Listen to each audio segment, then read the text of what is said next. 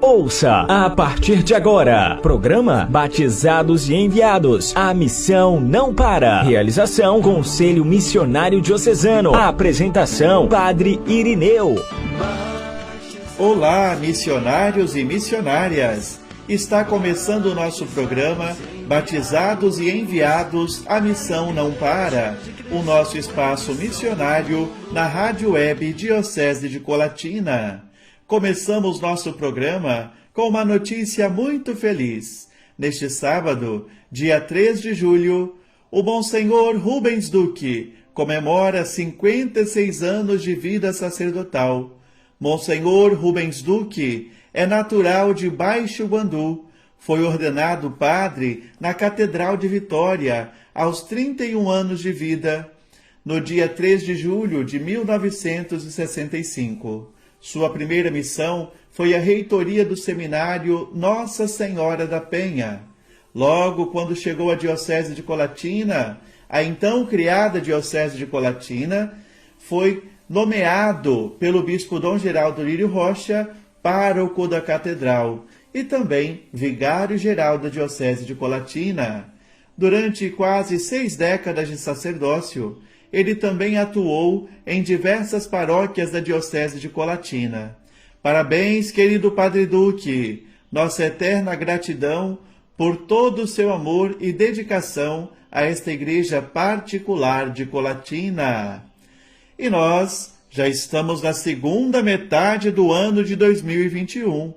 Vamos rompendo com muita fé em Deus e esperança em dias melhores. No dia 1º de julho, o Papa convocou o dia de oração pela paz no Líbano, ao reforçar que os libaneses permaneçam unidos para promover projetos de paz e não de desgraça.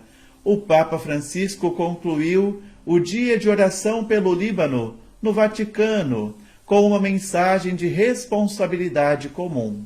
Daí, dizia, o apelo do Pontífice para que os detentores do poder estejam a serviço do bem comum e não dos próprios interesses, para fazer ressurgir uma aurora de esperança. Cessem as animosidades, extinguam-se os dissídios e o Líbano volte a irradiar a luz da paz. Estas foram declarações do Papa Francisco. Foi um dia de oração ecumênica pelo Líbano. Está acontecendo a primeira Assembleia Eclesial da América Latina e Caribe. E a Igreja decide então escutar a todo o povo de Deus. Você já respondeu o formulário? Já deu a sua colaboração? Para agilizar a participação dos nossos fiéis, nós postamos no site da Diocese de Colatina e no Facebook da Diocese um formulário simplificado da escuta, com o intuito de facilitar a participação de todos. Acesse, participe você também. Dê a sua colaboração. A Igreja quer escutar você. A Igreja precisa de você. Divulgue também a primeira Assembleia Eclesial da América Latina e Caribe, que irá acontecer neste segundo semestre desse ano de 2021 em Guadalupe. Amanhã, em nosso Brasil, celebraremos a solenidade de São Pedro e São Paulo, as duas colunas da Igreja. Que o testemunho dos apóstolos nos impulsione no caminho da fé, de uma fé viva e que seja capaz de transformar toda a nossa vida. Hoje, na série Ícones da Missionariedade, iremos aprender um pouco mais sobre Santa Teresinha do Menino Jesus, a padroeira das Santas Missões. O leigo Hugo Galter, que faz parte do Conselho Diocesano da Missão, nosso Conselho Missionário Diocesano, irá partilhar conosco a vida desta pequena grande missionária. Fique ligado, pois o programa de hoje está só começando.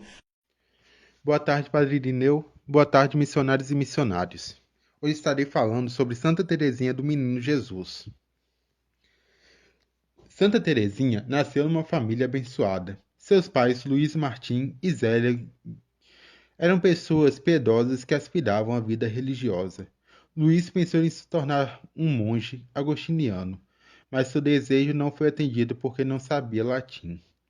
Zélia tentou ser freira vicentina, mas foi recusada no convento porque a superiora não a considerou vocacionada. Ambos foram rejeitados nos mosteiros porque Deus preparara uma história diferente para suas vidas. A mãe de Luís, desejosa de ver seu filho casado, falou-lhe a respeito da bela Zélia. Ele se encontrou com a moça na ponte de São Leonardo, em Alençon, noroeste da França, onde moravam. E 3 meses depois, em 12 de julho de 1858, casaram-se. Por 10 meses viveram um casamento josefino, tendo como propósito a imitação do lar de Maria e José. Mas após a orientação do vigário de Alençon, passaram a ter vida conjugal. Luís e Zélia amavam-se profundamente, e esse amor está registrado nas cartas que a esposa escrevia para seu marido. Tiveram 9 filhos, mas apenas 5 chegaram à vida adulta. As crianças sobreviventes, Maria, Paulina, Leônia, Celina e Teresa, tornaram-se irmãs religiosas. Luís e Zélia eram pessoas normais, e suas vidas não há nenhum relato de evento extraordinário, mas alcançaram a santidade, sendo canonizados em 18 de outubro de 2015 pelo Papa Francisco. E assim demonstraram que o céu também é para as pessoas de vida comum. Iam diariamente à missa, ajudavam os pobres, eram caridosos e ensinavam as filhas a seguir a Cristo.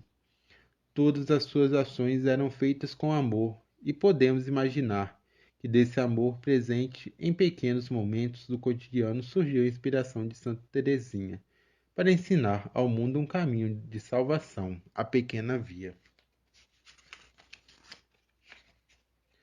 Ao lermos as vidas de grandes santos, podemos ser tentados a imaginar que apenas atos extraordinários levam ao céu, mas Santa Teresinha percebeu que a lida diária também era oportunidade de salvação.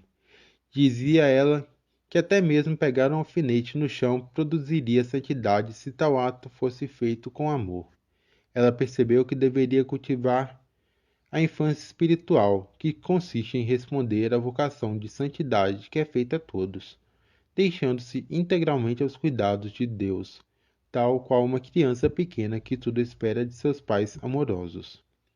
Santa Teresinha nasceu em 2 de janeiro de 1873, em Alençon, sendo a filha caçula de Luís e Zélia. Criança de saúde frágil, precisou dos cuidados de uma ama de leite nos primeiros meses de vida. Sua mãe ajudava na renda familiar, bordando laços, e seu pai era relojoeiro. Viviam confortavelmente em um ambiente harmônico. Quando Teresinha tinha apenas 4 anos de vida, Zélia faleceu, vítima de câncer de mama. Pouco tempo após enviuvar, Luís mudou-se com as filhas para Lisieux, e sua irmã Paulina tornou-se sua segunda mãe. Decidida a se tornar carmelita, Paulina ingressou no convento do Carmelo de Lisieux. A perda de Zélia e a decisão de Paulina em viver na clausura mexeram-se profundamente com a pequena Teresa, que passou a ser uma criança doente, vítima de ataques e tremores nervosos. Porém, em 13 de maio de 1883, dia de Pentecostes, viu um sorriso nos lábios de uma imagem de Nossa Senhora e ficou restabelecida. Feliz foi aquele momento, mas pouco após, Teresinha começou a ter escrúpulos em seu coração, temendo que o sorriso da Virgem fosse fruto de sua imaginação, o que a fez sofrer muito por se achar mentirosa. 3 anos e meio se passaram desde o episódio do sorriso da Virgem, e Teresinha ainda padecia de escrúpulos. Até que tudo mudou no Natal de 1886. Luiz Martim e filha celebravam o nascimento de Cristo, mas o velho pai estava cansado devido aos preparativos natalinos e cuidados com a sensível Teresinha, conforme relatado no livro A História de uma Alma. Teresinha ouviu o pai dizer à filha Celina: Teresa já deveria ter superado todo esse tipo de coisa, de ganhar presente no Natal. Espero que esta seja a última vez. Celina, sábia irmã, conhecendo a natureza da caçula, lhe disse para não se apressar em abrir os presentes, pois sabia que Teresinha choraria na frente do pai naquele momento. Teresa obedeceu. Quando finalmente abriu seus presentes natalinos, agiu alegremente diante do pai, e seu coração foi transformado. Em 1887, Teresinha comunicou a seu pai a vontade de se tornar carmelita. Tinha apenas 14 anos, mas já distinguira sua vocação, e tinha planos de entrar no Carmelo de Lisieux antes do Natal daquele ano. Foi um momento terno entre pai e filha. Inevitavelmente, houve lágrimas, mas o pai compreendeu a decisão de Teresinha e abençoou sua decisão. Pode-se dizer que a obra intercessora de Teresinha começou naquele ano, quando um crime tomou as páginas da imprensa francesa. Henrique Pranzini fora condenado à morte na guilhotina por ter cometido tríplice assassinato e não demonstrava sinais de contrição. Teresinha tomou conhecimento do caso e decidiu rezar pela salvação da alma de Pranzini. Ela rogou intensamente a Deus pelos méritos de Cristo na cruz do Calvário. Encomendou uma missa na intenção do arrependimento de Pranzini e pediu a Deus um sinal de salvação da alma do malfeitor. Suas orações foram atendidas. Momentos antes da execução, Henrique Pranzini agarrou-se a um crucifixo e o beijou 3 vezes. Eis a primeira alma salva por intercessão de Teresinha. Ainda em 1887, Luís, Celina e Teresinha peregrinaram a Roma com o intuito de pedir ao Papa Leão XIII autorização para que Teresinha ingresse no Carmelo, com apenas 15 anos de idade. Durante a audiência, o Papa respondeu que se fosse dos desígnios de Deus, Teresinha entraria no Carmelo com tão pouca idade. E realmente foi da vontade de Deus, pois a Santa Menina tornou-se postulante carmelita em 1888. Sua vida no Carmelo foi marcada pela discrição e penitências por amor. Conta-se que uma das carmelitas era tanto inconveniente e atrapalhada. Na hora de rezar o terço, sempre batia com o objeto no banco, provocando barulhos. Quando estava na lavanderia, jogava água no rosto de Santa Teresinha ao bater as roupas no tanque. Tais atitudes irritariam qualquer um, mas Santa Teresinha soube aproveitar esses pequenos momentos de aborrecimento cotidiano para santificar-se. Aos poucos, o som das contas do terço era como música e a água suja com gotas de água benta. Eis aí um pequeno resumo de sua pequena via.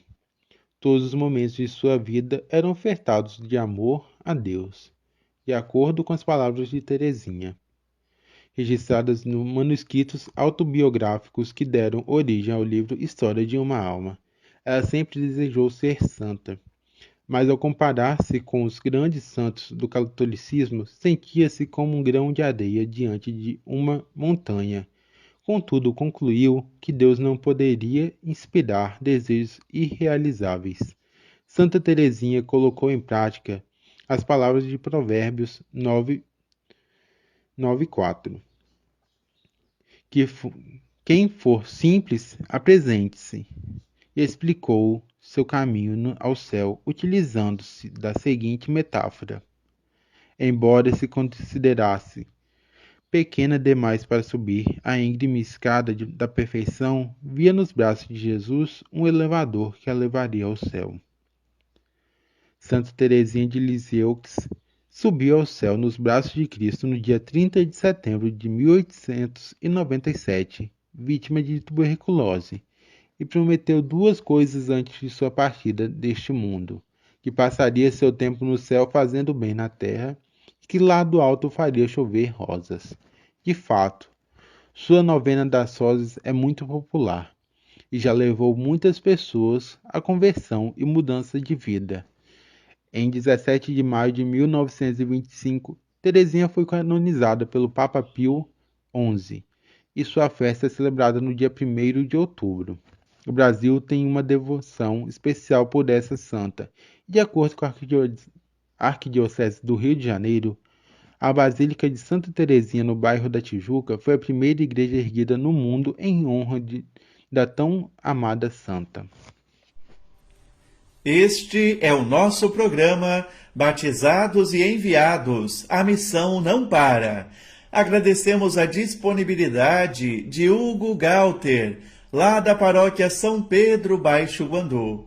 Hugo, além de nos apresentar Santa Teresinha do Menino Jesus, nos apresentou também a família de Santa Teresinha, que também se tornou santa na figura de seus pais.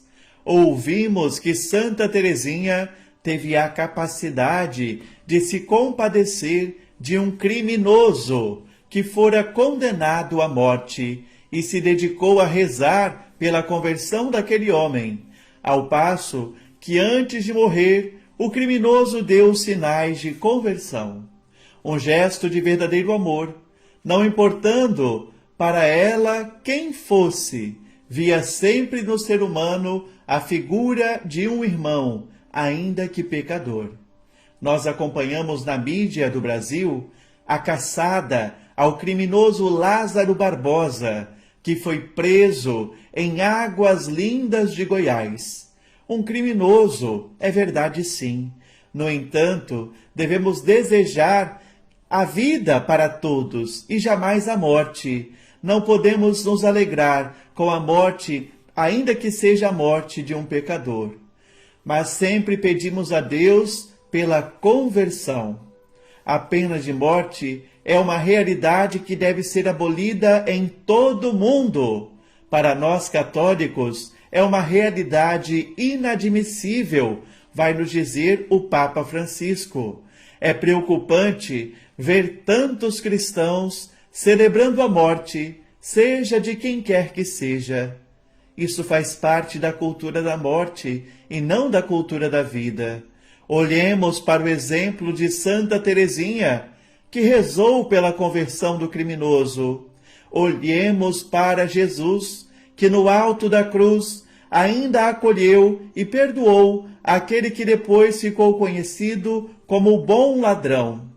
Obrigado, querido Hugo, por trazer estes aspectos tão importantes da vida daquela que é a padroeira das missões.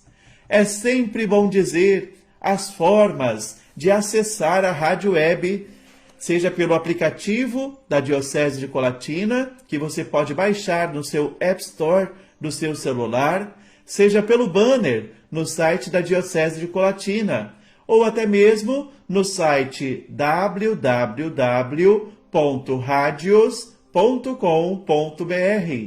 Busque Diocese de Colatina e ouça a rádio web que está fazendo a diferença na evangelização. Ao celebrarmos a festa de São Pedro e São Paulo, somos convidados a rezar por nossa Diocese de Colatina. Pedimos a Deus um novo bispo para nossa diocese, um bispo segundo o coração de Deus, que saiba ser pastor, no cuidado ao povo de Deus, que saiba ser semeador, no diálogo com a sociedade e o mundo, que saiba ser também pescador, lançando-se nos mares da vida e enfrentando os novos desafios de evangelizar, os novos desafios para tornar o nome de Jesus conhecido e amado. Não deixe de fazer amanhã a sua doação para o óbolo de São Pedro, que é destinado diretamente ao Papa, para as múltiplas carências da Igreja e também para as obras de caridade em favor dos mais necessitados. No próximo sábado, a gente se encontra aqui novamente, com a graça de Deus. A você que nos acompanhou das mais diversas localidades, nosso agradecimento. Agora, vamos rezar e receber a bênção de nosso Bispo Emérito, Dom Décio Sossais Andonade, reitor do Santuário Diocesano Nossa Senhora da Saúde. Vamos adiante, porque afinal a missão não para. E agora, oração e bênção de envio.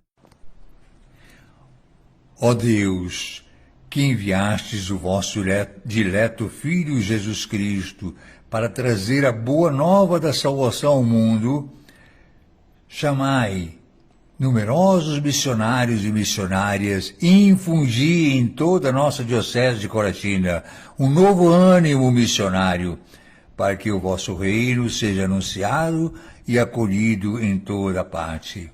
Ó Maria, Senhora, Mãe da Saúde, fiel discípula missionária, Mãe testemunha da palavra, servidora de Deus e do povo, abençoa-nos e peregrinai conosco ao longo dos caminhos da missão. Amém. Desça sobre todos vós que nos acompanham, sobre todos os missionários e missionárias, as bênçãos de Deus Todo-Poderoso, o Pai, o Filho e o Espírito Santo. Amém. Você acompanhou o programa Batizados e Enviados. A missão não para. Entre em contato conosco pelo e-mail comidecolatina@gmail.com.